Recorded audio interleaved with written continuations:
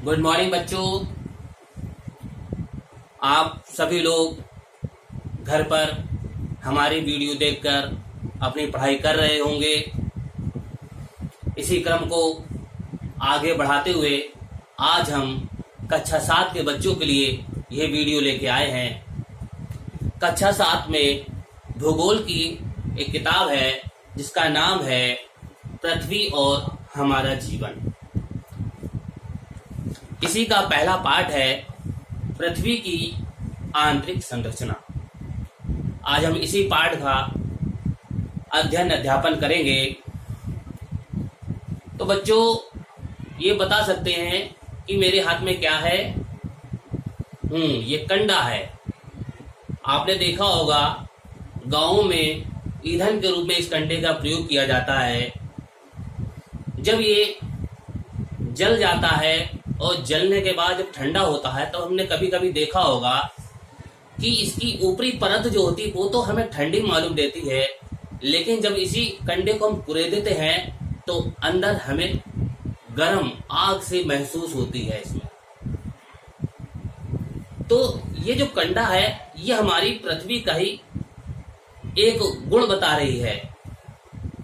जिस प्रकार पृथ्वी ऊपर से कंडा जो है ऊपर से ठंडा और अंदर से गर्म हमें दिखाई देता है, ऐसी हमारी पृथ्वी भी ऊपरी जो हिस्सा है वो ठंडा प्रतीत होता है, और लेकिन हमारी पृथ्वी का जो भीतरी भाग है वह बहुत ही गर्म है। बच्चों, आपने ये प्याज अक्सर अपने घरों में देखी होगी। आपकी मम्मी ये जब खाना बनाती होंगी तो प्याज भी इस्तेमाल करती होंगी। कभी आपने प्याज को छीला होगा तो आपने देखा होगा इसमें कई परतें होती हैं। छिक्कल, फिर उसके अंदर मोटी परत, फिर उसके अंदर मोटी परत। ठीक इसी परत की तरह हमारी पृथ्वी भी परतों से बनी हुई है। तो आज हम उन्हीं परतों की चर्चा करेंगे। आपको हम दिखाना चाहेंगे, ये देखिए, जिस पृथ्वी पर हम चलते हैं, खेती बाड़ी करते हैं, जो हमारा जमीन हिस्सा जिसे हम लोग जमीन बोलते हैं, इसका नाम हम कहें तो ये जो पहली परत है ये हमारी पृथ्वी की पहली परत है, ऊपरी परत कह सकते हैं, जिसका नाम है भूपर्पटी। आपको दिखाई दे रही है भूपर्पटी। इस भूपर्पटी की जो गहराई है वो गहराई 4 से 7 किलोमीटर तक की होती है। यही गहराई अलग अलग स्थानों पर अलग अलग होती है।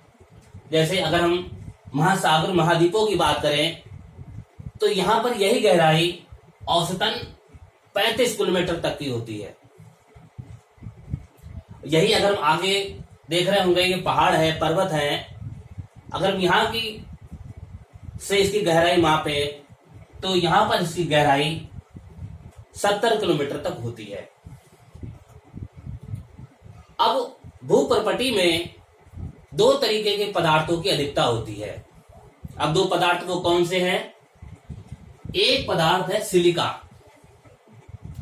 जिसका रासायनिक नाम SI है, आप लोगों ने साइंस में पढ़ा होगा। और दूसरा जो पदार्थ है एल्यूमिनियम, जिसको हम Al रासायनिक नाम से जानते हैं। तो ये SI यानी सिलिका, Al यानी एल्यूमिनियम, तो SiAl दोनों को अगर हम मिला दें तो ये स्पेलिंग बन जाती है सियाल। तो इस तरीके से इस भूपर्पटी को हम सियाल भी कहते हैं, यानी इसका दूसरा नाम जो है सियाल भी है। सियाल क्यों है इसका नाम? क्योंकि इसमें 2 पदार्थों की अधिकता होती है, सिलिका और एल्यूमिनियम, इसलिए हम इसको भूपर्पटी और सियाल भी कहते हैं। ये हो गई पहली परत की बात। फिर दूसरी परत है हमारी मेंटल। ये मेंटल जो परत है इसकी गहराई 2900 किलोमीटर, ये जो आप देख रहे हैं इसकी गहराई 2900 किलोमीटर तक की होती है।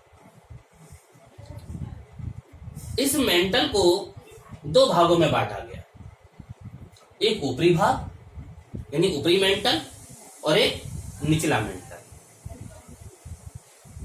700 किलोमीटर तक जो हिस्सा है इसको हम ऊपरी मेंटल कहते हैं, और 700 के बाद जो शेष हिस्सा बचा उसको हम निचला मेंटल कहते हैं। इसी मेंटल में 400 किलोमीटर तक की गहराई को हम दुर्बलता मंडल कहते हैं। आपने सुना होगा या टीवी के माध्यम से देखा होगा, सुना होगा लोगों मुंह से कि ज्वालामुखी फट गया, ज्वालामुखी होते हैं। तो ज्वालामुखी जो फटता है उसमें जो लावा निकलता है वो लावा इसी दुर्बलता मंडल की देन है। वो लावा हमारा जो ज्वालामुखी का लावा है वो दुर्बलता मंडल से ही निकल के ज्वालामुखी के द्वारा बाहर निकलता है। अब हम